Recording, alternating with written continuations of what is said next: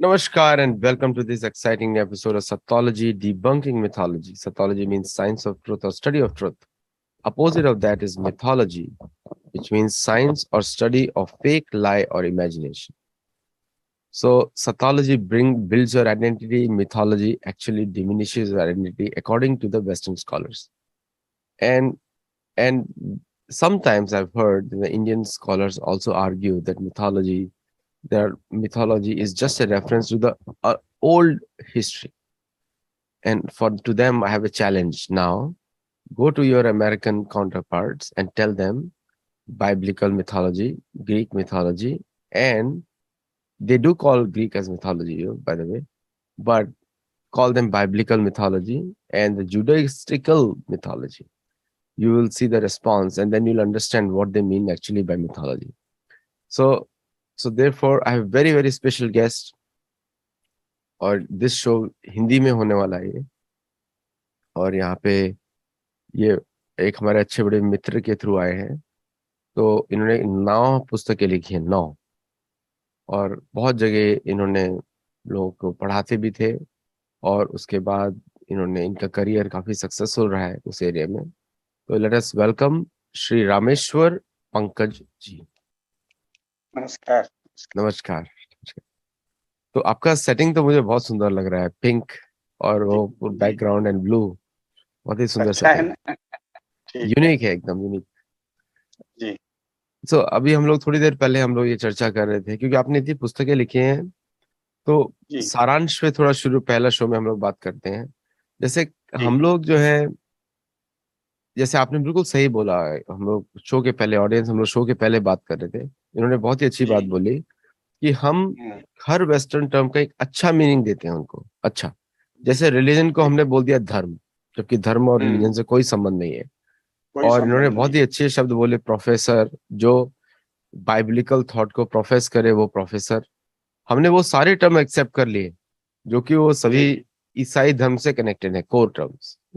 तो इसके विषय में थोड़ा बताइए कि क्यों हम लोग नकल करने में या फिर अपनी अपनी अच्छाई को दूसरों पे डालते हैं, जबकि दूसरे की ऐसी इच्छा नहीं है, ऐसी इच्छा नहीं है। दूसरा तो हमारे पूरे कल्चर को समाप्त करना चाहता है। तो थोड़ा इसके बारे में बताइए। अवश्य। एक तो मैं शुरू में ये बता दूं कि मैंने 9 नहीं 22 पुस्तकें लिखी हैं। 22? 9 आपको इसलिए बताया कि जो मुख्य बहुत चर्चित हुई हैं यहाँ भारतवर्ष में हिंदी में, उनका बता दिया, ठीक है ना? अब आपका जो प्रश्न है उस पर चर्चा करेंगे। मित्रों, इसमें 2 बातें विशेषकर ध्यान देनी चाहिए। एक तो ये कि जो टर्मिनोलॉजी इन्होंने चला दी है उसमें से एक टर्मिनोलॉजी ये भी है कि हम और वे, मतलब as if whole USA and whole England and western Europe is Christian, जो कि सच नहीं है। और ये लोग कोई एक यूनिट है, ये भी सच नहीं है। क्रिश्चियंस में भी बहुत सारे ट्रेंड्स रही हैं, और इंग्लैंड में, जैसे इंग्लैंड से हमारा भारत का साबका पड़ा, तो ये ध्यान रखना चाहिए कि वहाँ कोई एक नेशन वो उस अर्थ में नहीं था, पॉलिटिकल स्टेट है, लेकिन कोई वो एक रेस भी नहीं है, कोई एक एंटिटी भी नहीं है। वहाँ तरह तरह की धाराएं थीं। कुछ लोग बड़े सच्चे थे। आखिर वहाँ बर्टन रसल ने कहा ना, why I am not a Christian, मैं क्रिश्चियन क्यों नहीं हूँ। स्वयं यूनाइटेड स्टेट्स में बहुत से लोग अपने को ह्यूमनिस्ट कहते हैं। क्यों? क्योंकि क्रिश्चियन थियोलॉजी जो है वो बहुत ही भयंकर वस्तु है, तो वो उसको समझते हैं कि ये इनह्यूमन है, अमानवीय है, तो उससे अपने को दूर रखते हैं। भारत में समस्या ये है कि जो ट्रांसफर ऑफ पावर हुआ, नेताजी सुभाष चंद्र बोस क्योंकि जर्मनी के साथ थे, तो ऐसा लग रहा था कि जर्मनी जीत जाएगा, तो इंग्लैंड के लोग बहुत घबरा गए, जो रूलर्स थे, और उन्होंने जल्दी से अपने जो डिसाइपल्स थे, अपने अनुयायी थे, गांधी जी और नेहरू जी, उनसे बातचीत की। गांधी उनके मित्र थे और नेहरू जो है वो किसी भी कीमत पे सत्ता लेने को तैयार थे। तो जो एक ट्रांसफर ऑफ पावर की जो संधि है, अब आप लोग जो जानते ही हैं, जो यूएसए में रहते हैं, कि शब्दों का खेल बहुत करते हैं ये लोग, तो उसमें शब्दों के खेल में है, इसलिए उसको थोड़ा समझना पड़ेगा। हेलो, आवाज आ रही है ना? आवाज आ रही है, आ रही है जी। तो जो संधि है ट्रांसफर ऑफ पावर की, उसमें कहा क्या गया है? कहा गया है कि दोनों कॉमन कल्चर को प्रमोट करेंगे, कॉमन हिस्ट्री बताएंगे, जिसका अर्थ है कि भारत देश जो कि इतना विशाल है, जिसका कम से कम महाभारत के समय से 5000 वर्षों से तो रिटन रिकॉर्ड बहुत ही विस्तार से है। और ये इंग्लैंड जो 150 साल पहले नेशन स्टेट बना है, इसके पहले 20 राज्यों में बिखरा था, जिसकी कोई एक भाषा भी नहीं थी, इंग्लिश को लेकर भी बहुत संघर्ष हुए, जिसकी बाइबल का ट्रांसलेशन ही 16वीं शताब्दी ईस्वी में हुआ। यानी ऐसा देश जो एक तरह से इन्फेंट है सिविलाइजेशन की दृष्टि से, बिल्कुल शिशु की तरह, बच्चे की तरह बढ़ रहा है, और एक जो बहुत ही मेच्योर एडल्ट है, वृद्ध है, वृद्ध का अर्थ होता है ग्रोन अप, तो एक ग्रोन अप सिविलाइजेशन और एक बिल्कुल चाइल्डिश सिविलाइजेशन, दोनों को कॉमन बता दिया और ये कहा कि दोनों का एक सा पढ़ाएंगे। तो ये ऐसे लोगों के हाथ में पावर का ट्रांसफर हुआ कि उन्होंने जो इंग्लैंड के लोग और खासतौर से इंग्लैंड के जो पादरियों ने जो कुछ शब्द जाल रचा था भारत में, उसको ही कंटिन्यू कर रहे हैं। इसलिए क्या है कि यहाँ सारी ही वो बातें जो कि 19th century, late 19th century में और अर्ली 20th सेंचुरी में मुख्यतः कंपनी के कर्मचारी, ईस्ट इंडिया कंपनी के कर्मचारियों ने और कुछ पादरियों ने फैब्रिकेट की, जाली चीजें रची, उनको ही एक्चुअल हिस्ट्री बताने लगे और टर्मिनोलॉजी भी उन्हीं की चलती रही। क्योंकि आप देखिए 2-3 उदाहरण से बात स्पष्ट होगी, ज्यादा लंबा नहीं करूंगा मैं। जैसे कि शुरू में जब जर्मन आए हैं तो हम लोगों को उनका इंग्लिश का जो उसका ट्रांसलेशन था जर्मन में ही था, लेकिन जर्मन शब्द बोलने में हमको दिक्कत जाएगी, तो उन्होंने धर्म का जो अनुवाद किया है वो वर्च्यू किया है, यानी गुण। किसी वस्तु का क्या गुण है, जैसे अग्नि का गुण है दाहकता, पानी का गुण है प्रवाह करना, तो वो धर्म है, ये शुरू में किया है। लेकिन बाद में जब ये पादरी लोग यहाँ ज्यादा प्रभावित हुए तो उन्होंने कह दिया रिलीजन, तो धर्म तो रिलीजन होता ही नहीं है, उसको कर लिया। इसी तरह इन्होंने जो डिक्शनरी इसीलिए शुरू में पादरियों ने बनाई, तो क्या किया, रिलीजन को धर्म लिख दिया। थियोलॉजी को क्या कह दिया, ब्रह्म विद्या, जबकि थियोलॉजी क्या है, पंथ विद्या, यानी किसी एक सेक्ट की वो विद्या है। तो इसके कारण क्या है कि जो यूरोप में और अमेरिका में भी जो एथिइस्ट हैं, यानी जो किसी थियोलॉजी में विश्वास नहीं करते, उसको इन्होंने गलत ट्रांसलेशन कर दिया नास्तिक। और भारत में भी ऐसी मूर्खता है कि लोग समझते हैं कि एथिइस्ट नास्तिक होते हैं, जबकि सच्चाई ये है कि जो यूरोप में और यूनाइटेड स्टेट्स ऑफ अमेरिका में एथिइस्ट है वो हमारा मित्र है, क्योंकि वो किसी थियोलॉजी को नहीं मानता, वो सच को जानना चाहता है। तो सारे ही महत्वपूर्ण वैज्ञानिक, विशेषकर 19वीं शताब्दी के उत्तरार्ध से यूरोप में, सब एथिइस्ट रहे हैं। यानी वो एक डिविनिटी है, एक संपूर्ण कॉस्मोस को चलाने वाली एक पावर है, इसे मानते थे, लेकिन कोई एक क्रिश्चियन गॉड जो पर्सनल गॉड है क्रिश्चियनिटी का, उसको नहीं मानते थे। क्योंकि क्रिश्चियन गॉड की उदाहरण से क्या होता है, थियोलॉजी निकलती है, थियोलॉजी में चर्च का भयंकर डिसिप्लिन निकलता है। अब इन सब बारीक चीजों को न जानने के कारण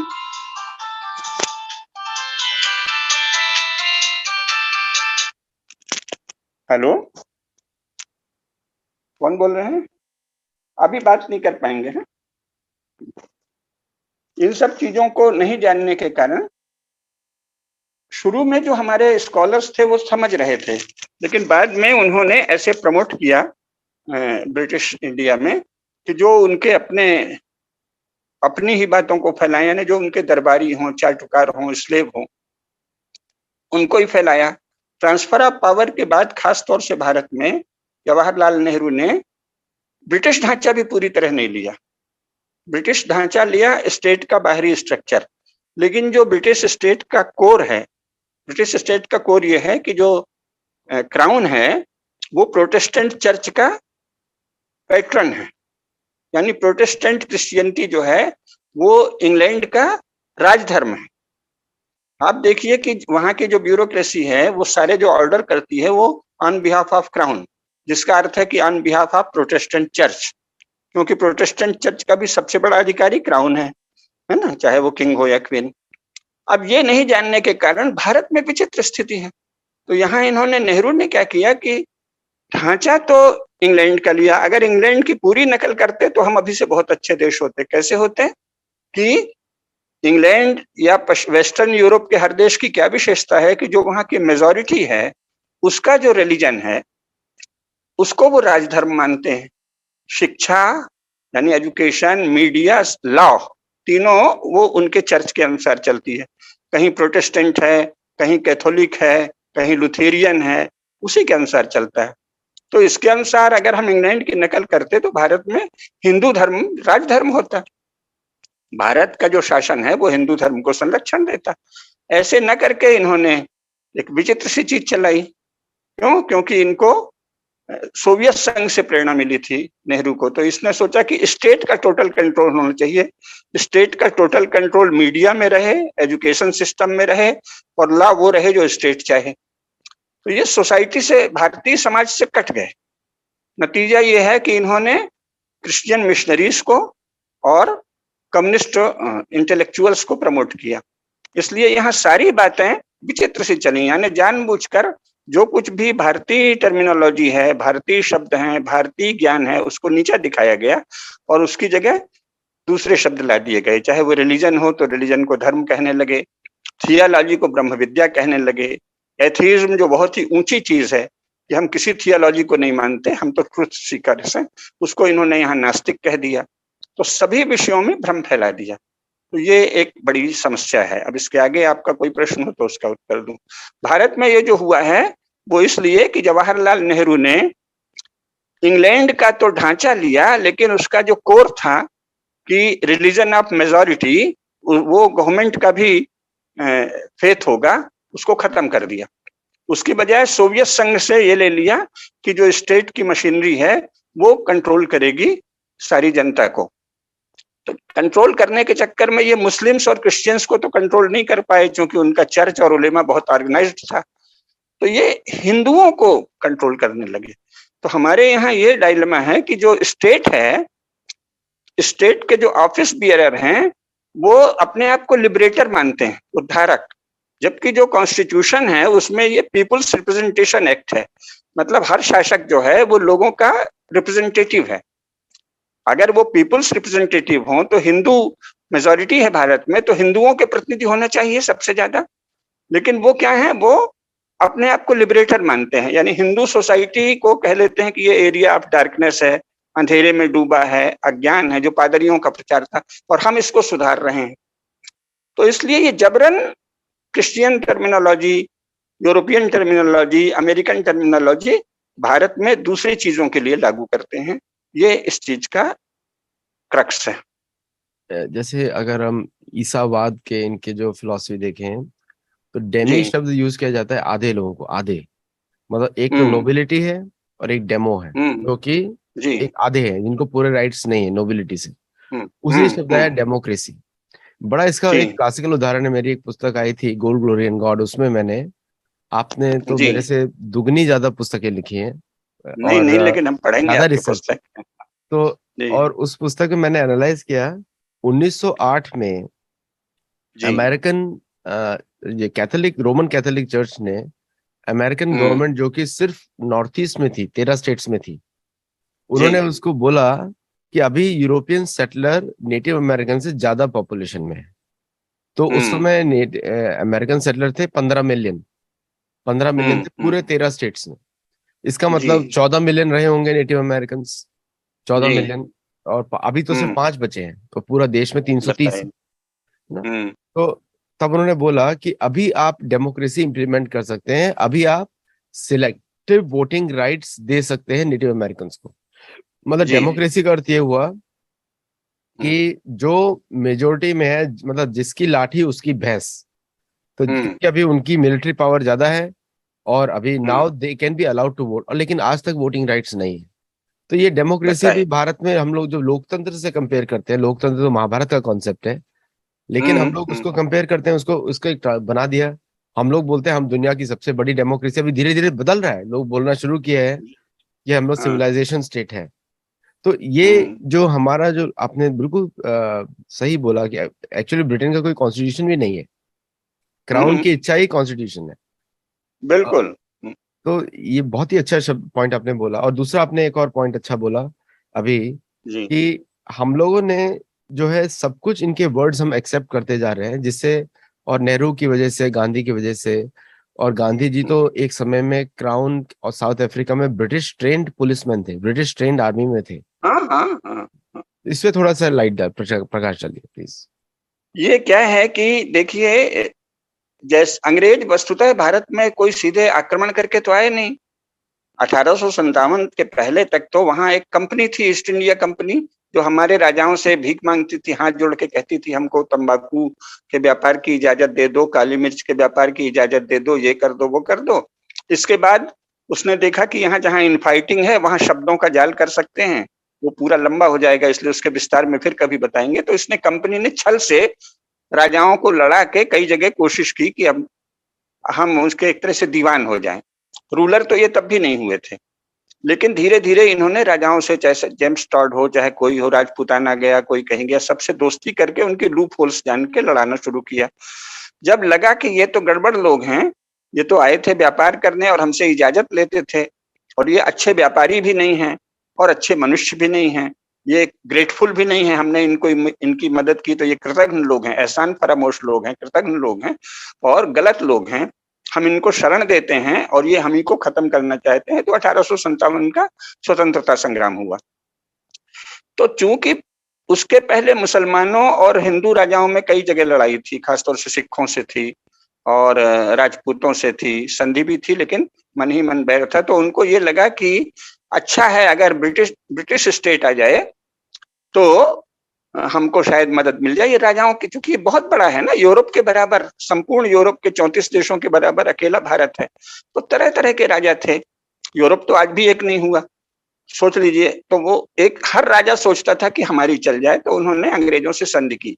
क्योंकि 1 नवंबर 1858 को विक्टोरिया की घोषणा है कि हम यहाँ अपने भारतीय राजाओं की संधि के बाद उनकी मित्रता के कारण आए हैं और हम वचन देते हैं कि हम उनकी सीमाओं में कोई हस्तक्षेप नहीं करेंगे, उनके उत्तराधिकार के झगड़े में नहीं पड़ेंगे जो कंपनी के लोग, मूर्ख लोग पढ़ते थे, और हम उनसे अपेक्षा करते हैं कि हमारी सीमा में वो नहीं आए। तो वो संधि करके आए थे, आक्रमण करके तो आए नहीं थे। तो सदा से ही घबराहट थी। तो थोड़े ही समय बाद, क्योंकि उसके पहले 1857 हुआ, 1857 के बाद ब्रिटिश स्टेट पहली बार भारत में आया 1858 में, और ये कहते हुए आया, बहाना उन्होंने ये लिया कि साहब यहाँ ब्रिटिश सिविलियंस जो है, ब्रिटिश नागरिक, उनकी हत्या हो रही है, स्त्रियों की, बूढ़ों की, ऐसा बहाना लेके। तो इंग्लैंड ने कभी भारत पर आक्रमण नहीं किया, इंग्लैंड ने कभी एक दिन ये घोषणा नहीं की कि हम भारत को जीतने जा रहे हैं या हम भारत पर शासन करेंगे, क्योंकि इंग्लैंड की ये हैसियत नहीं थी। उसने केवल ये कहा कि साहब हमको तो लोग बुला रहे हैं, भारत के राजा बुला रहे हैं, भारत की प्रजा बुला रही है, तो हम वहां प्रजा को सुरक्षा देने के लिए आ रहे हैं। शब्दों के छल से तो शुरू ही हुआ। अभी हम आपके मूल प्रश्न पे जल्दी से आ रहे हैं, बहुत फैलाएंगे नहीं। तो वो जानते थे कि हम सारा शब्दों का छल कर रहे हैं। इनके आने के तुरंत बाद यहाँ गौरक्षा आंदोलन शुरू हुआ। गौरक्षा आंदोलन, मेरी पुस्तक है सांस्कृतिक अस्मिता की प्रतीक गौ माता, उसमें मैंने इंडिया ऑफिस लाइब्रेरी के रिकॉर्ड्स दिए हैं। गौरक्षा आंदोलन था तो गौरक्षा के लिए, लेकिन स्वयं रानी विक्टोरिया की चिट्ठियां हैं कि वो घबरा रही हैं कि देखो ये गौरक्षा आंदोलन अगर आगे बढ़ा तो किसी भी दिन हमको 1857 से ज्यादा मुसीबत झेलनी पड़ेगी, तो इसको क्रश करो। पूरा इंडिया ऑफिस लाइब्रेरी के सीक्रेट रिकॉर्ड से बताते हैं। तो उन्होंने यहाँ कोशिश की कि अपने समर्थक करें, लेकिन साथ ही जो प्रथम महायुद्ध हुआ उसमें भारतीय सेनाओं के बिना तो इंग्लैंड जीत ही नहीं सकता था। इंग्लैंड और फ्रांस को तो जर्मनी ने एक झपट्टे में दबोच लिया, और इंग्लैंड के लोग वो खाइयों में जाके, इनके सैनिक सड़ रहे थे, इनको खास लड़ने नहीं आता था, क्योंकि इंग्लैंड में तब तक स्टैंडिंग आर्मी नहीं थी। अचानक जर्मनी के आक्रमण के समय जल्दी जल्दी इन्होंने लोगों को भर्ती किया, और भारत में हजारों साल से सैनिक थे, महाभारत के समय से सेना थी। यहाँ के लोग स्वभाव से योद्धा हैं, सैनिक हैं। तो इन्होंने भारतीय सैनिक जो यहाँ भर्ती किए थे अपने, पहले ये कह के कि हमारी रक्षा के लिए हैं सिपाही, तो उनको लिया और भारत के राजाओं से हाथ जोड़ के विनती की कि हमारी मदद करो, हम बदले में तुमको बड़ी सुविधाएं देंगे। तो प्रथम महायुद्ध में इंग्लैंड और फ्रांस की जीत ही भारतीय सैनिकों के कारण हुई। इसीलिए जो मेडल्स मिले हैं और विक्टोरिया क्रॉस मिला है, उसकी लिस्ट आप देखिए तो पता चलेगा कि सबसे ज्यादा भारत के हिंदू सैनिकों को ही गोल्ड मेडल, माने विक्टोरिया मेडल और विक्टोरिया क्रॉस मिला है। तो हमारी सेना के कारण ये जीते। तो पहली बार इन्होंने पब्लिकली तो ये आश्वासन दे दिया कि हम धीरे धीरे यहाँ ऑटोनॉमी देंगे। सीधे ये तो नहीं कहा कि शासन हटा लेंगे, लेकिन बोले यहाँ ऑटोनॉमस स्टेट बनाएंगे। अब जब ऑटोनॉमस स्टेट की घोषणा हो गई है, मार्ले मिंटो सुधार जिसे कहते हैं, उसके बाद जो यहाँ के अंग्रेजों के संपर्क में आए धनी लोग थे, पॉलिटिकली एम्बिशियस लोग थे, वो अचानक फिर से कांग्रेस में जाने लगे।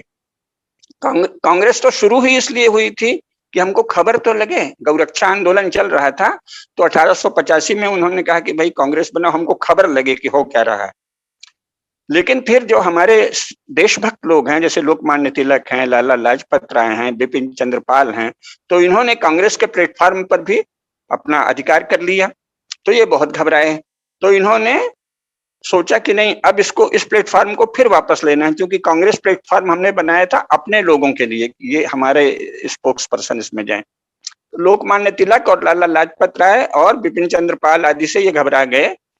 फिर इन्होंने बंग भंग किया, वो इनको वापस लेना पड़ा, क्योंकि उसमें श्री अरविंद, चितरंजन दास आदि लोग, एकदम देशभक्ति की लहर चल पड़ी। उसी समय वंदे मातरम का देश भर में घोष होने लगा, बहुत घबरा गए। तो इन्होंने वापस तो लिया, लेकिन 1906 में ही ढाका में मुस्लिम लीग की स्थापना अंग्रेजों ने कर दी, और साथ ही गांधी जी से संपर्क किया, क्योंकि गांधी जी वहां इनके सेवक थे। गांधी जी तो वहां अंग्रेजों के निष्ठावान सेवक थे, और 50 वर्ष की उम्र तक गांधी जी पब्लिकली कहते रहे कि मैं ब्रिटिश साम्राज्य का सबसे निष्ठावान सिपाही हूं। ये पब्लिक डॉक्यूमेंट है, गांधी जी कहते। तो गांधी जी एक महत्वाकांक्षी व्यक्ति थे, भारत में वो ठीक से कमाई नहीं कर पा रहे थे, तो उन्होंने, वो भारत की कोर्ट में वो खड़े हुए तो उनके पैर कांपते थे। तो फिर बाद में वहां से एक ने कहा, मुसलमान बिजनेसमैन था दक्षिण अफ्रीका में, गुजरात का, तो उसने कहा भाई आके हमारे यहाँ अर्जी वर्जी लिख दो, हम ठीक से पैसे दे देंगे। तो इसके लिए गए थे कमाने लिए। वो तो उनमें देशभक्ति का कोई भाव 1915-16 तक तो गांधी जी में था ही नहीं। तो जब वहां कमाने गए थे, महत्वाकांक्षी थे कि हम अंग्रेजों के जैसा बने, तो वो अंग्रेजों से डट के मित्रता की उन्होंने। कहीं किसी अंग्रेज का जूता गांठ, अपने हाथ से जूता सिल रहे हैं, देखिए, और फिर जूता उसको दे रहे हैं, यानी उसके मोस्ट ओबीडियंट सर्वेंट की तरह पेश होते थे। और साथ ही गांधी जी के बारे में जो मुख्य बात ध्यान देने की, कि बहुत मेधावी थे और भाषा की बहुत गहरी समझ थी, और क्रिश्चियनिटी को भी उन्होंने सबसे ज्यादा समझ लिया था। तो वो एक तरह से सौदेबाजी भी करते थे अंग्रेजों से। क्रिश्चियन मिशनरीज के विरुद्ध मुंह पर जैसा गांधी जी ने बोला है, ऐसा तो आज तक विश्व हिंदू परिषद के नेताओं ने नहीं बोला। लेकिन उनका भाव यह होता था कि वो दबाव देते थे जिससे कि वो इनसे भी झुके और सौदेबाजी हो।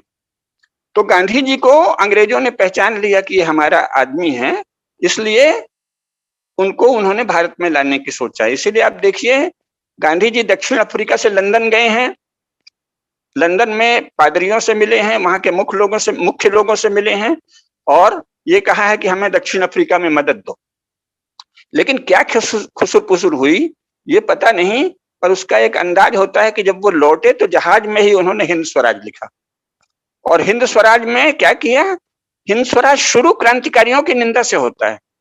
भाई तुम तो राजनीति में नहीं थे, 1908 तक गांधी जी राजनीति में नहीं है, दक्षिण अफ्रीका में नागरिक अधिकारों के लिए आंदोलन कर रहे हैं, और भारत आने की बात भी नहीं कह रहे हैं। तो आपको क्रांतिकारियों की निंदा की क्या जरूरत है? जाहिर है अंग्रेजों के इशारे पर गांधी जी ने क्रांतिकारियों की निंदा की, और दिखाने के लिए उसमें जरा रेल और अस्पताल और सबकी निंदा कर दी, ताकि लगे कि अरे बड़ा देसी आदमी है। क्योंकि दिमाग बहुत था, गांधी जी बहुत होशियार थे, तो अपनी बात को कैसे चतुराई से रखना, ये उन्होंने ईसाइयों से विशेषकर सीख लिया था।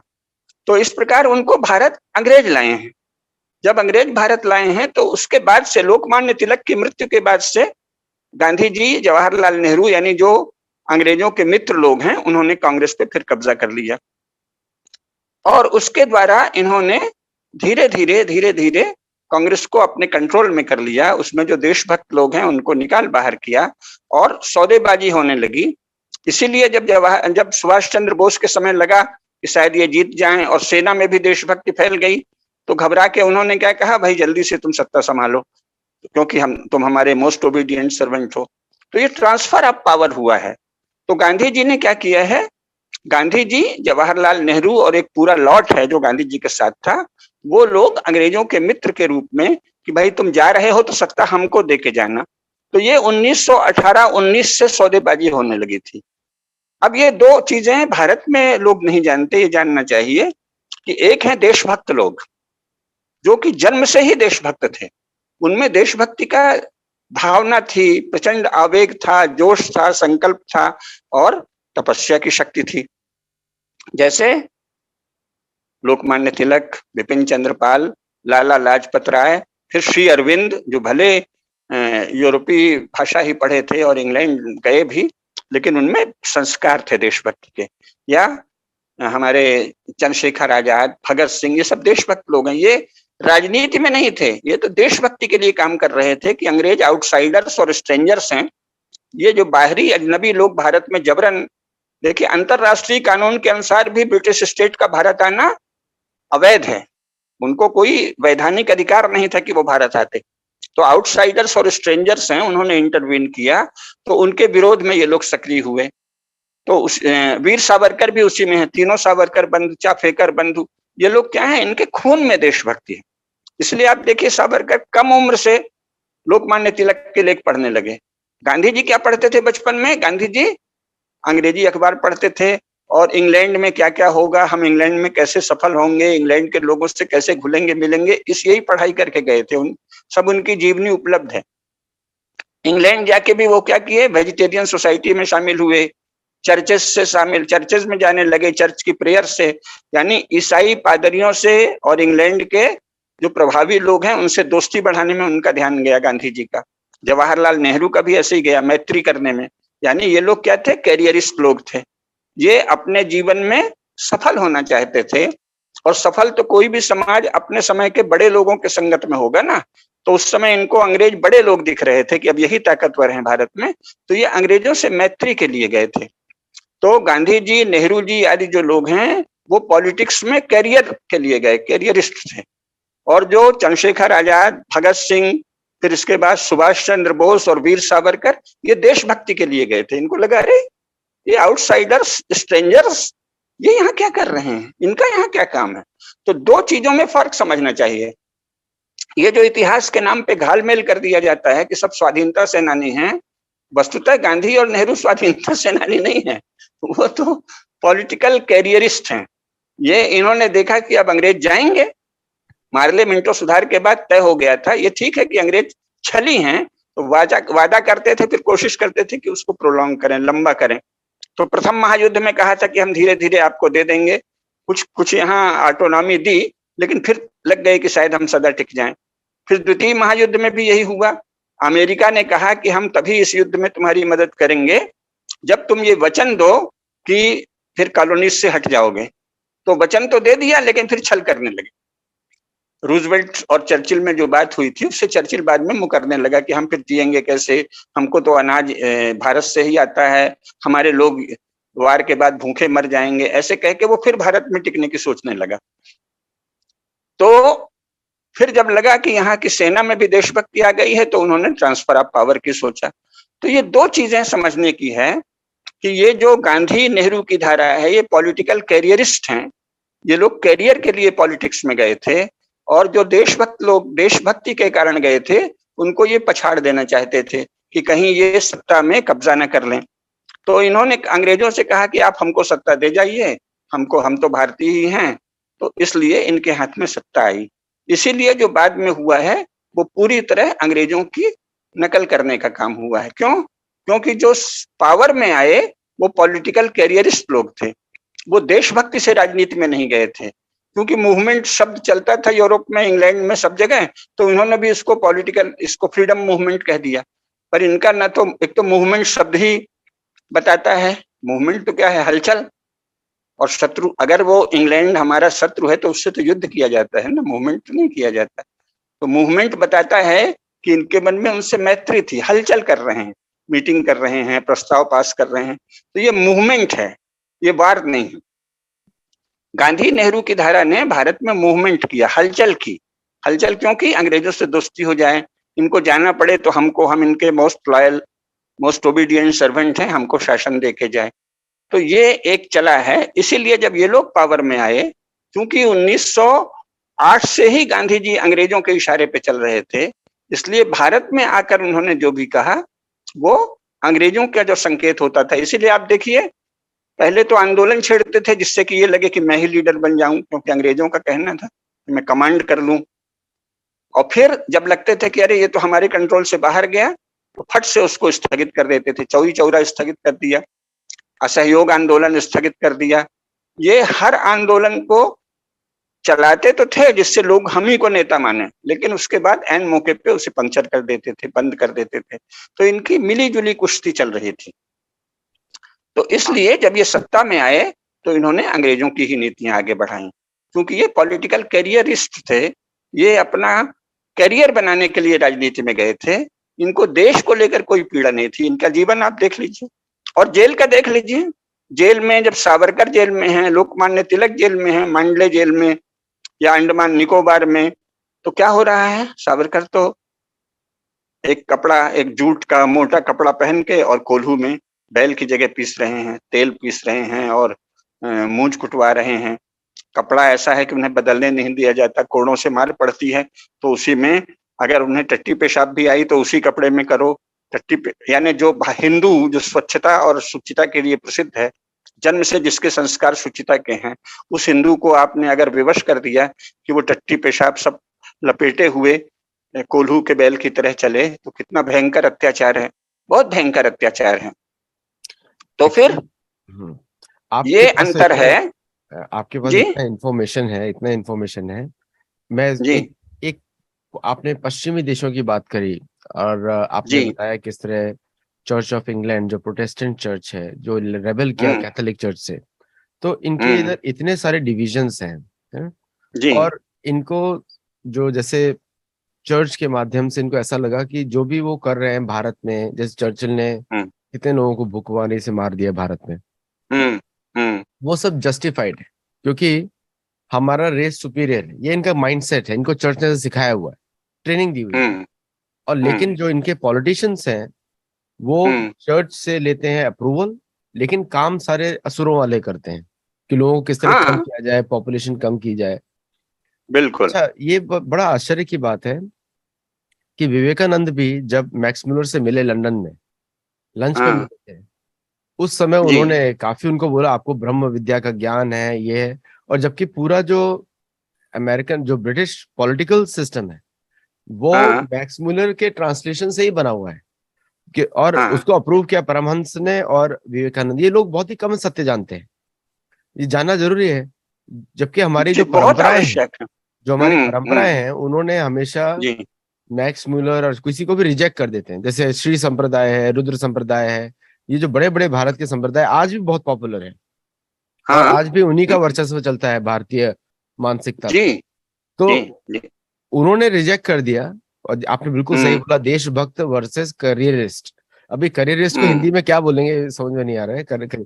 मतलब सत्ताकामी या अवसरवादी दोनों कह लेंगे, जीविका की खोज में सत्ताकामी कहेंगे। वैसे सत्ताकामी लोग जिनको सत्ता ही जिनका, यानी पावर ही जिनका गोल है ना, ऐसे लोग। तो ये जो हम लोग देख रहे हैं, जैसे रविंद्रनाथ टैगोर को नोबेल प्राइज दिया। नोबेल प्राइज सबको मालूम है कि क्रिश्चियन बॉडी देती है नोबेल प्राइज। अगर आप बिल्कुल क्रिश्चियंस के फ्रेंड्स हैं तब आपको नोबेल प्राइज मिलता है, नहीं तो नहीं मिलता। सारी ही प्राइज उन्हीं को मिलती है, बुकर प्राइज, नोबेल प्राइज, अमुक प्राइज, तमुक प्राइज, सब तो क्रिश्चियन के फ्रेंड्स को ही मिलती है ना, मैक्से से। तो मेरा प्रश्न आपसे बस इतना है, और आपके पास इंफॉर्मेशन तो इतनी सारी है क्योंकि आपने रिसर्च किया है, ये हम लोग तो 10 घंटे ही बात करें तो कम हो जाएगा। नहीं तो अभी जितना समय हो उतना ही करेंगे। शो की वजह से हम लोग इतना ही बात करेंगे, फिर अगले शो में हम बाकी बात करेंगे।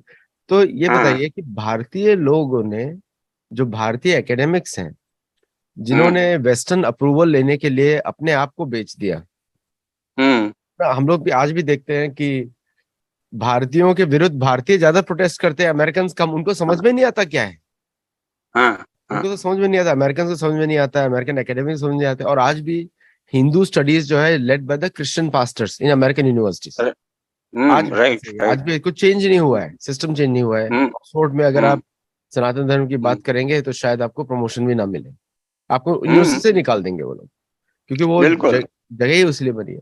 तो आपके जो मुख्य जो प्रॉब्लम है इसमें, जो हमारी मानसिकता में है, वो आप क्या देखते हैं इसमें? इसमें मुख्य प्रॉब्लम संक्षेप में दो है। एक तो पहले अपन अपने समाज को ठीक से फिर से याद कर लें।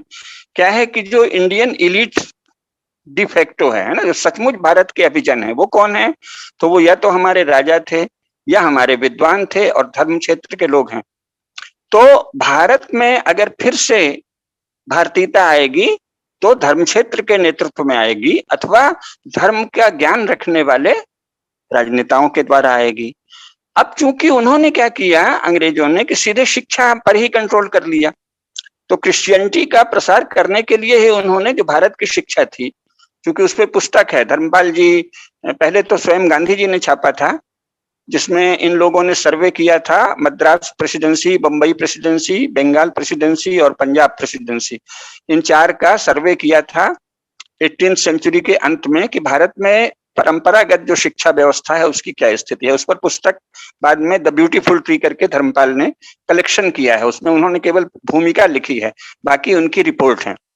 तो उस समय क्या है, उस समय भारत में गांव-गांव में विद्यालय हैं और हर जाति के लोग शिक्षा पाते हैं और हर जाति के लोग पढ़ाते हैं, सिवाय वेद ब्राह्मण पढ़ाते हैं, बाकी सारी शिक्षा हर जाति के, उसमें जातियों का विवरण दिया है। तो उसको इन्होंने समाप्त कर दिया और अपनी क्रिश्चियनिटी फैलाने के लिए अपनी शिक्षा लाए। तो ये कैसे आया? स्टेट की पावर से आया ना, धीरे धीरे। और कुछ तो भारतीय राजाओं को भी दोस्ती बना के आया, यानी राजनीतिक छल, संधि और राज्य के बल से आया। तो ये तो राज्य के द्वारा चलता है। भारत में क्या हो रहा है, जैसा मैंने शुरू में बताया, जिसकी ओर कोई भी एनालिस्ट, कोई भी विश्लेषणकर्ता ध्यान नहीं देता, कि ये केवल ब्रिटिश ढांचा नहीं रह गया, केवल क्रिश्चियनिटी भी नहीं रह गई। क्रिश्चियनिटी तो सबसे खतरनाक है ही है, लेकिन नेहरू ने यहाँ सोवियत ढांचा ला दिया, कम्युनिस्ट ढांचा। कम्युनिस्ट ढांचे में क्या हुआ, स्टेट का टोटल कंट्रोल हो गया एजुकेशन पर और मीडिया पर। अभी भी बेसिकली स्टेट का ही कंट्रोल है। ठीक है, थोड़ा अमेरिका के प्रभाव से ग्लोबलाइजेशन, लिबरलाइजेशन के नाम से जरा सा छूट मिली है, तो वो ईसाई चैनल्स को ही ज्यादा मिली है या मिशनरियों की चैनल्स को। लेकिन भारत शासन के लोग चाहते हैं तो वो कंट्रोल कर लेते हैं मीडिया को। नतीजा ये है कि जो अभी का एकेडमिया और मीडिया है वो तो क्रिश्चियन थॉट से ही संचालित है और साथ में मार्क्सिस्ट थॉट से। तो उनको तो भारत का कोई ज्ञान ही नहीं है। तो अब फिर ये कैसे होगा, क्योंकि आपका मूल प्रश्न है। तो इसके लिए जो सबसे अधिक आवश्यक है, जो आज तक नहीं किया गया है, दो तीन चीजें आवश्यक हैं। एक काम तो बहुत अच्छे से हो गया। एक काम है कि भाई मास मोबिलाइजेशन हो और बहुत बड़ा ऑर्गेनाइजेशन हो, वो आरएसएस ने कर दिया। आरएसएस बहुत ही स्ट्रांग और पावरफुल ऑर्गेनाइजेशन है। लेकिन जो दूसरा काम है, लर्निंग सेंटर्स या स्टडी सेंटर्स चाहिए, जो पहले मंदिरों में होते थे। तो मंदिरों में अब जो हमारे धर्माचार्य हैं वो परा विद्या यानी वास्तविक ब्रह्म विद्या का ज्ञान तो रखते हैं, लेकिन अपरा विद्याओं का ज्ञान भारतीय दृष्टि से कहीं नहीं है। जैसे भारतीय राजनीति शास्त्र कहीं भी पढ़ाई नहीं होती कि विधिवत हो। भारतीय समाज विज्ञान का अर्थ होगा भारतीय धर्मशास्त्र, हमारे यहाँ समाज विज्ञान को धर्मशास्त्र ही कहा गया है। स्मृतियां, उसका कोई अध्ययन नहीं होता। तो इसलिए जो इंडियन इलीट जिसे कहेंगे, या हिंदू अभिजन, हिंदू इलीट तो है ही नहीं है। तो शासन तो दुनिया भर में इलीट ही करते हैं। ये पादरी क्या है, अपनी अपनी सोसाइटी के इलीट हैं, है ना। तो हिंदुओं का कोई एक इलीट क्लास नहीं है। और वो ये जो क्रिश्चियन यानी जिसको मैं यूरो इंडियन कहता हूं, भारत में यूरो इंडियन इलीट हैं, वही पावरफुल हैं। तो हर पार्टी उन्हीं को खुश करती है। इसीलिए हम देखते हैं कि भाजपा भी आती है तो शासन तो दुनिया में इलीट क्लास ही करती है, तो इनकी मजबूरी है वो उसी यूरो इंडियन इलीट से संपर्क करते हैं। उनका माइंडसेट, उनका थॉट सिस्टम सब वही है। तो इसमें सबसे पहले आवश्यक है, एक बहुत बड़ा काम हो गया है ऑर्गेनाइजेशन का, जो आरएसएस और बड़ा भारी संगठन बन गया है, और भी कई संगठन बन रहे हैं। दूसरा, जो हमारे धर्म क्षेत्र के लोग हैं वो तो अपनी जगह एकदम स्वस्थ हैं, वो लेकिन अपरा विद्याओं के क्षेत्र में उनके यहाँ भी कोई, उन्होंने भी सेंटर नहीं बनाया। उन्होंने सोचा अच्छा, यहाँ तक कि बहुत से बड़े बड़े धार्मिक केंद्र हैं वो अपने यहाँ कॉलेज खोल देते हैं। उस कॉलेज में तो वही क्रिश्चियन पढ़ाई होती। काशी हिंदू विश्वविद्यालय, महामना मालवीय ने साफ साफ लिखा था कि यहाँ हिंदू धर्म के अनुसार धर्म, अर्थ और काम, पुरुषार्थ की पढ़ाई होगी। लेकिन बटलर था उस समय शिक्षा सचिव, और नेहरू, इन दोनों ने मिलकर उसको पंक्चर कर दिया। काशी हिंदू विश्वविद्यालय भी एक तरह से क्रिश्चियन या यूरो इंडियन सोशल साइंसेस, मतलब ह्यूमैनिटीज में यूरो इंडियन थॉट ही पढ़ाता है। नाम मात्र को वेद का अलग विभाग कर दिया धर्म का। तो जब तक हम अपनी विद्या पढ़ने वाले लोग ही नहीं हैं, क्योंकि आप देखिए यूरोप का खासकर और अमेरिका में भी जिसे हम प्रोफेसर कहते हैं, वो सब के सब कभी न कभी किसी चर्च के, जिसे अंतेवासी कहते हैं ना, माने एक तो बैप्टाइज होते हैं, ऐसा एक भी रीडर या प्रोफेसर पूरे यूरोप में और अमेरिका में नहीं है जो बैप्टाइज नहीं हो, यानी जो क्रिश्चियन नहीं हो। और साथ ही वो किसी न किसी कॉन्वेंट में रहता है और कुछ समय किसी एक पादरी का अंतेवासी होता है। भारत में तो जो लोग प्राध्यापक हैं वो किसी धर्माचार्य के अंतेवासी है ही नहीं है। शैव के हों, शाक्त के हों, वैष्णव के हों, किसी के तो आप हों, रामानुज के हों, रामानंदाचार्य के हों, अद्वैत लोगों के हों, शंकराचार्य के हों, कोई इनका लेना ही देना नहीं। यूरोप का कोई भी प्रोफेसर ऐसा नहीं है जो क्रिश्चियनिटी का पूर्ण ज्ञान नहीं रखता। भारत का कोई भी प्रोफेसर ऐसा नहीं है जो हिंदू धर्म का आंशिक ज्ञान भी रखता हो। तो ये कैसे हुआ है? ये नहीं कि हम कोई इंफीरियर रेस हैं, ये नहीं कि हमारे लोग कम होशियार हैं, नहीं। स्टेट कंट्रोल्ड मीडिया और एकेडमिया, उसने एजुकेशन सिस्टम बलपूर्वक वही जारी रखा जो अंग्रेजों ने किया था और साथ ही उसमें मार्क्सिज्म और घुसेड़ दिया।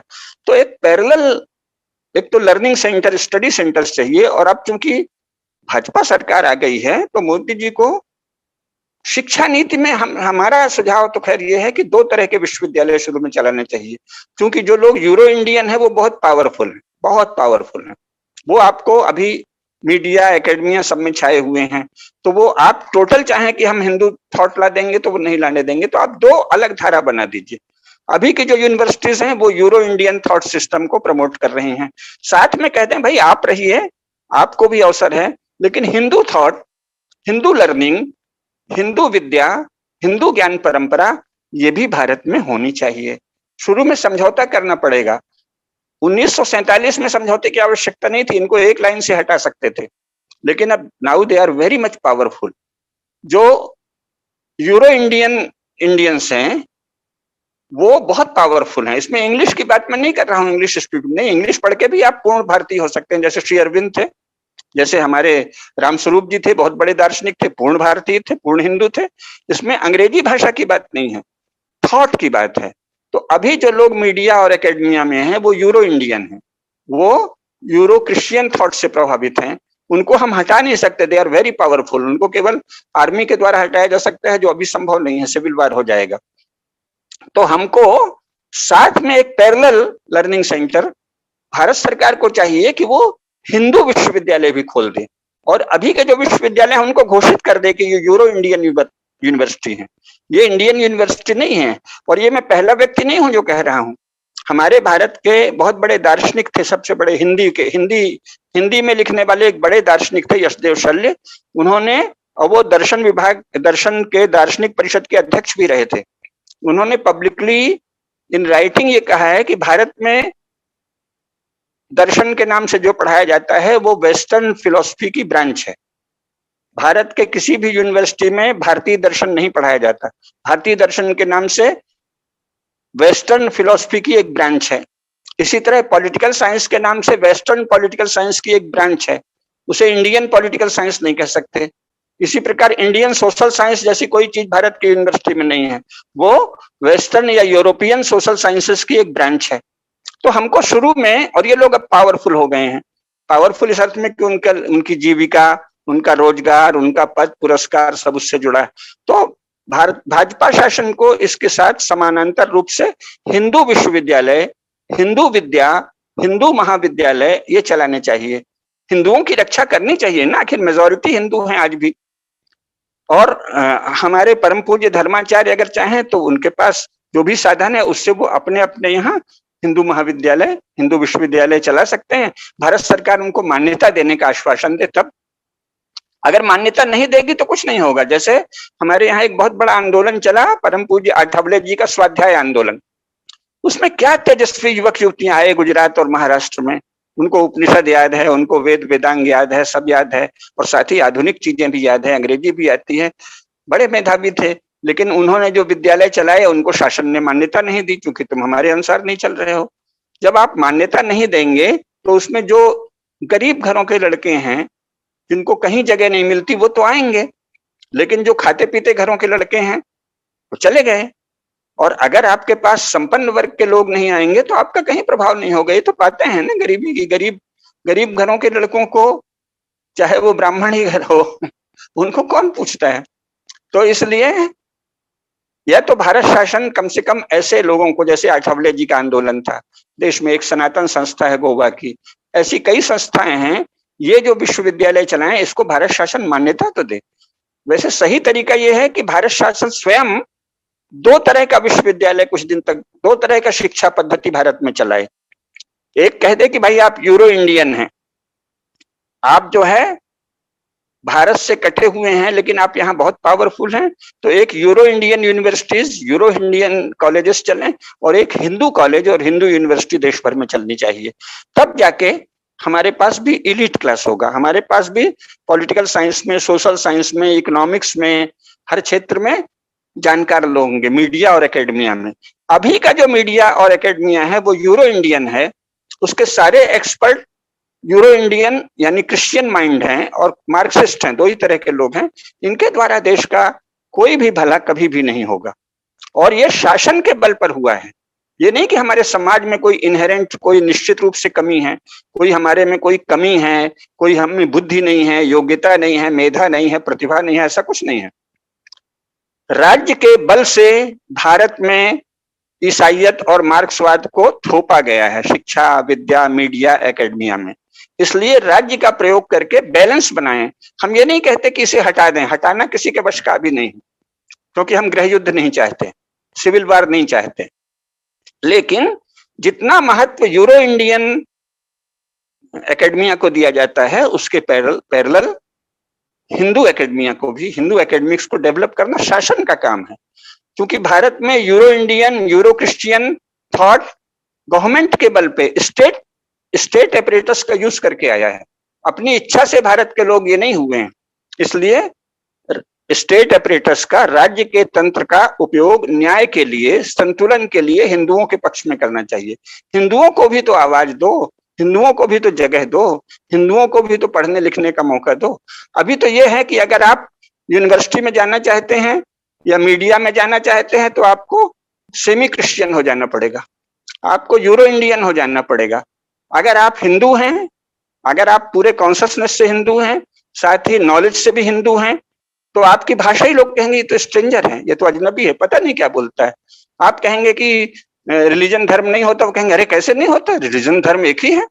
आप कहेंगे इस्लाम और ईसाइयत धर्म नहीं है, वो कहेंगे कैसे नहीं है। तो बेसिक्स के बारे में ये जो euro Christian, euro Indian media और एकेडमिया है, ये इनटॉलरेंट है। ये हिंदू थॉट को, हिंदू वॉइस को, हिंदू आवाज को, हिंदू चेतना को सहन ही नहीं कर पाता। अगर कोई बहुत ही विनम्रता से हिंदू चेतना की ओर से बोल दे तो ये उसको गाली देने लगते हैं। बहुत ही इनटॉलरेंट लोग हैं, क्योंकि ये जाने अनजाने यूरो क्रिश्चियन हो चुके हैं। इसीलिए मैंने इनको यूरो इंडियन कहा है, क्योंकि यूरो क्रिश्चियन कहने से भ्रम होता है कि यूरोप के लोग हैं। ये भारतीय हैं, लेकिन चेतना से ये यूरोपियन है। इसीलिए कई वर्षों पहले मैंने ये शब्द लिखा था यूरो इंडियन, और हिंदी में उसका है यूरंडपंथी। तो मेरी पुस्तक है राष्ट्रीय विमर्श का आह्वान, उसकी भूमिका सरसंघ चालक उस समय के जो थे कुप्पहड़ली सीतारामैया सुदर्शन, उन्होंने लिखा। उन्होंने मेरे इस यूरंडपंथ शब्द की बड़ी तारीफ की थी कि भाई इन सबको यूरंडपंथी कहना चाहिए। तो भारत में मीडिया और एकेडमिया में यूरंडपंथी, यूरंड लोग बहुत ताकतवर हैं। हिंदू लोगों को भी भाजपा शासन को संरक्षण देना चाहिए, संतुलन बनाना चाहिए, न्याय करना चाहिए, तब वो होगा जो आप कह रहे हैं। अभी हिंदुओं के पक्ष में कहीं संतुलन ही नहीं है। सारा प्रोटेक्शन या तो यूरो इंडियंस को है, और या फिर माइनॉरिटी के नाम पे मुस्लिम्स और क्रिश्चियंस को। जो कंसोलिडेटेड फंड ऑफ इंडिया है, भारत सरकार का खजाना है, उसमें 85% हिस्सा हिंदुओं का है। लेकिन सरकारी खजाने से वित्त पोषित संस्थानों में हिंदू धर्म की शिक्षा कानूनन नहीं दी जा सकती। ऐसा जब कांग्रेस ने कर दिया है, भाजपा को उसे खत्म करना चाहिए। और सरकारी खजाने से, जिस खजाने में हिंदुओं का 85% हिस्सा है, उससे मदरसे चलाने के लिए, इस्लाम की शिक्षा देने के लिए और ईसाइयत की शिक्षा देने के लिए फंड दिया जाता है, भारत सरकार देती है।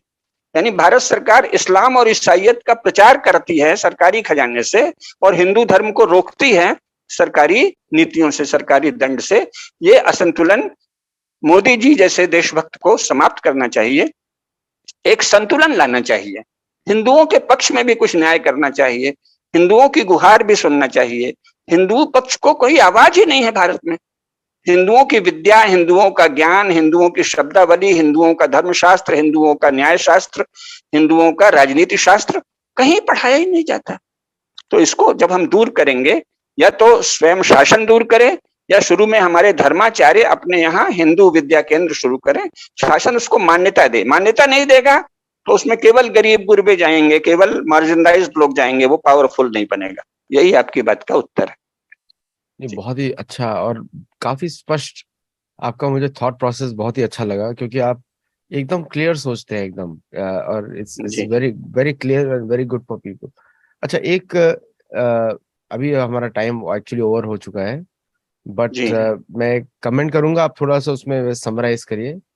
जी एक जैसे अभी क्या हो गया कि जितने भी देश जो आजाद हुए, ब्रिटिश से, नीदरलैंड से, Vietnam, south east Asian countries की बात कर रहा हूँ, जी सब ने इंडोनेशिया को छोड़ के, मलेशिया को छोड़ के, हम्म जहाँ पे invaders came in the power, अभी उनका जो हम्म मानसिकता है इन्वेडर्स का है, बाकी हम्म सब देशों ने पूरा का हम्म पूरा सारे लॉज पहले दिन रिपील किए हैं।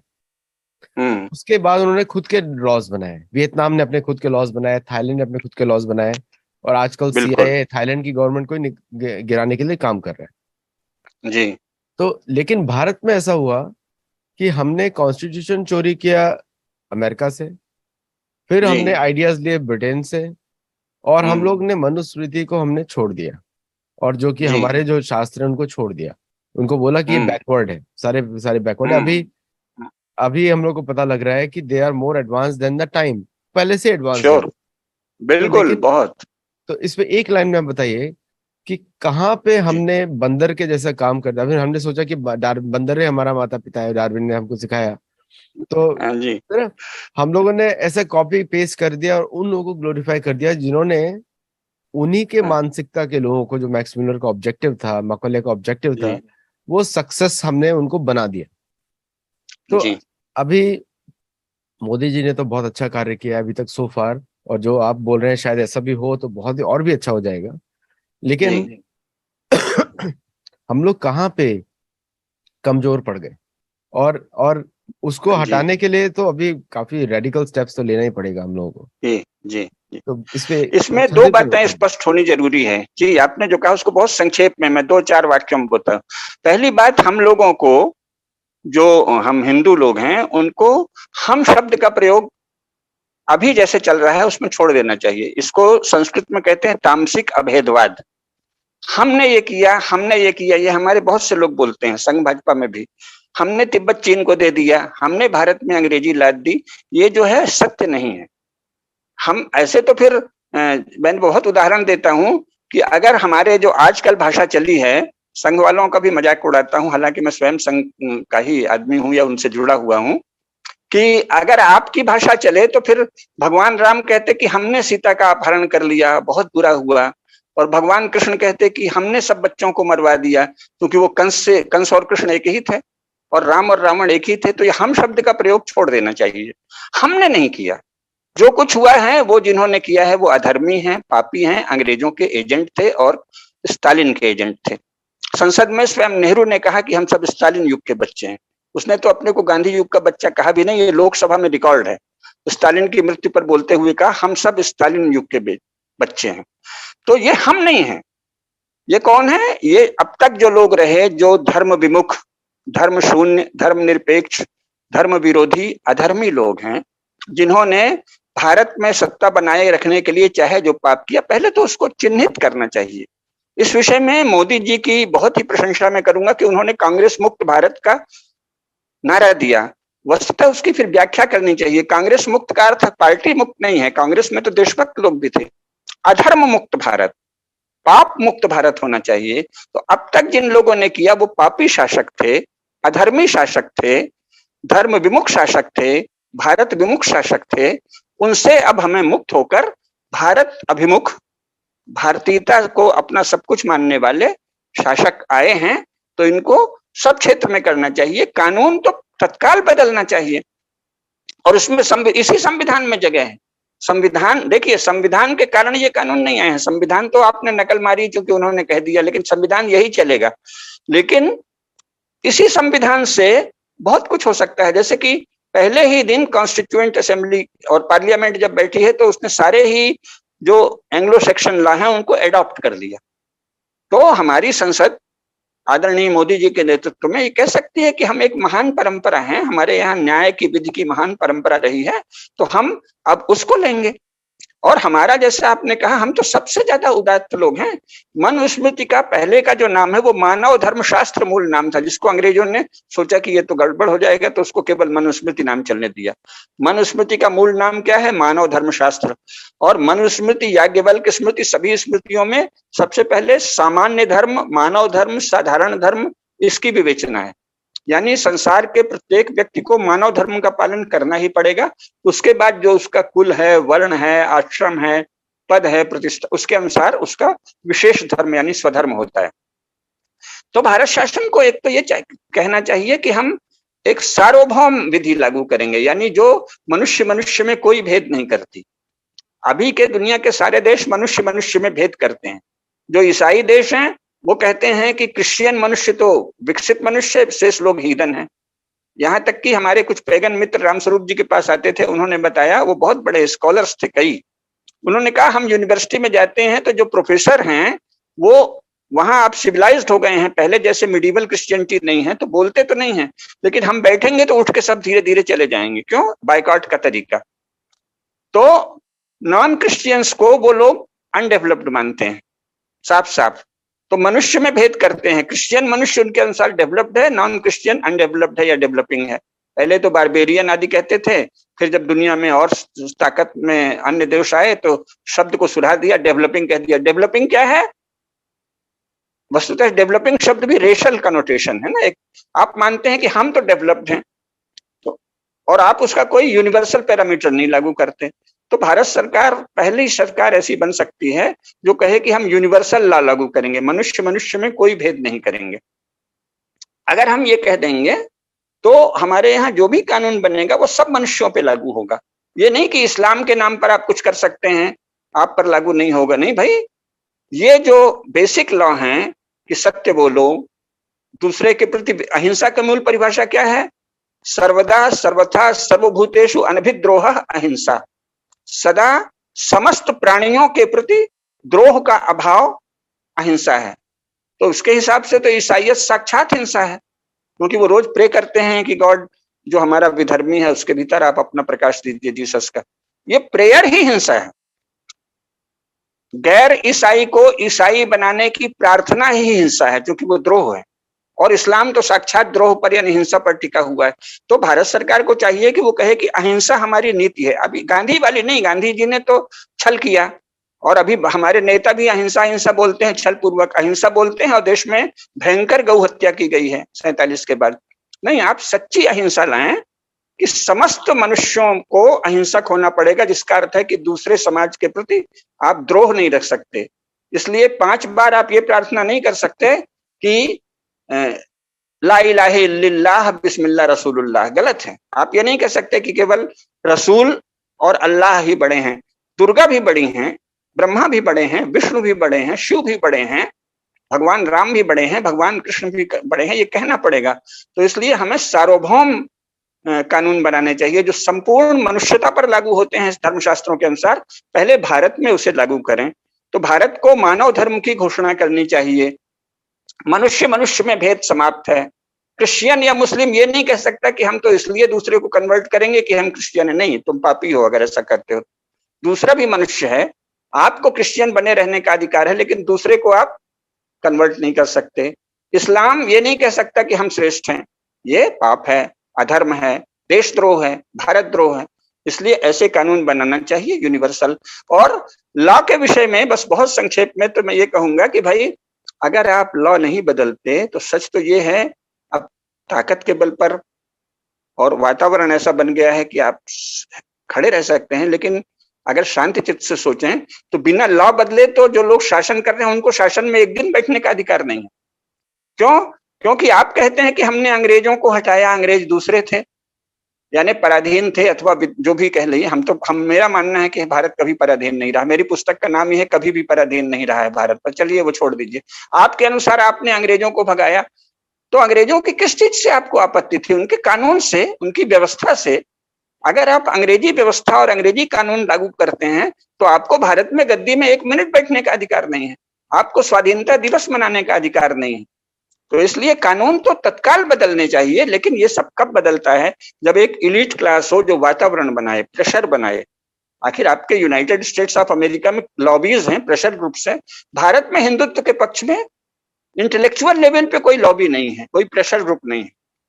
तो भारत सरकार को यूनिवर्सल लॉज बनाना चाहिए, सबको सच बोलना पड़ेगा, सबको मनुष्यों से द्रोह बंद करना पड़ेगा। अर्थात इस्लाम और ईसाई गैर मुसलमान और गैर ईसाई के प्रति द्रोह नहीं कर सकते, वो हिंसा है और हिंसा दंडनीय अपराध है। ऐसे कानून लाना चाहिए। अभी के जो कानून है उनका तो कोई अर्थ ही नहीं है। उनके रहते हुए तो आप गद्दी में नहीं बैठ सकते, फिर अंग्रेजों को बुला लेते हैं। अभी के कानून तो बदलने ही चाहिए। शासन की वैधता ही कानून बदलने के बाद वास्तव में आएगी। यदि आप कानून नहीं बदलते तो सच तो पूछे आप, तो शासकों की वैधता ही नहीं है। If you are following the same laws, then what the authority you have to rule this nation, है ना? आपको ये कहने का अधिकार कैसे है कि हम भारत में शासन करेंगे? अगर आप अंग्रेजों का ही कानून चला रहे हैं तो आप शासन की वैधता खो देते हैं, आपकी लेजिटिमेसी ही खत्म है। लेकिन ये कहने वाले बौद्धिक लोग चाहिए, इंटेलेक्चुअल्स चाहिए। तो मैं आदरणीय मोदी जी से ये अपेक्षा करता हूं कि वो कम से कम यूनिवर्सल लॉज को, भारत पहला देश बने दुनिया में जो मानव धर्म को मानता है, जो मनुष्य मनुष्य में कोई भेद नहीं करता, और सारे कानून मानव धर्म के अनुसार बनाए जाने चाहिए।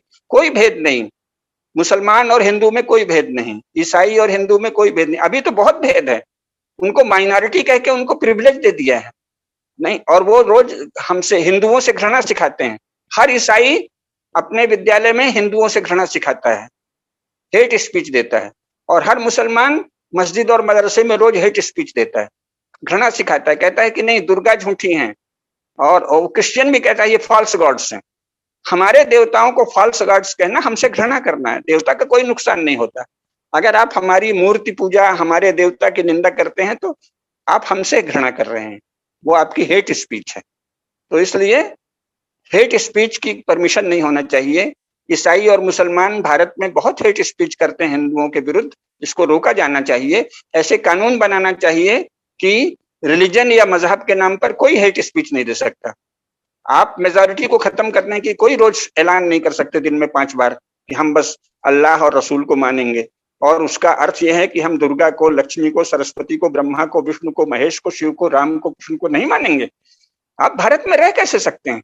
तो कानून में परिवर्तन अत्यंत आवश्यक है, यही कहना है। बहुत बहुत धन्यवाद आपका आने के लिए, और आपके साथ तो मैं बहुत घंटों बात कर सकता हूँ। पहली बार बात कर रहा हूँ, लेकिन I can connect with you very well.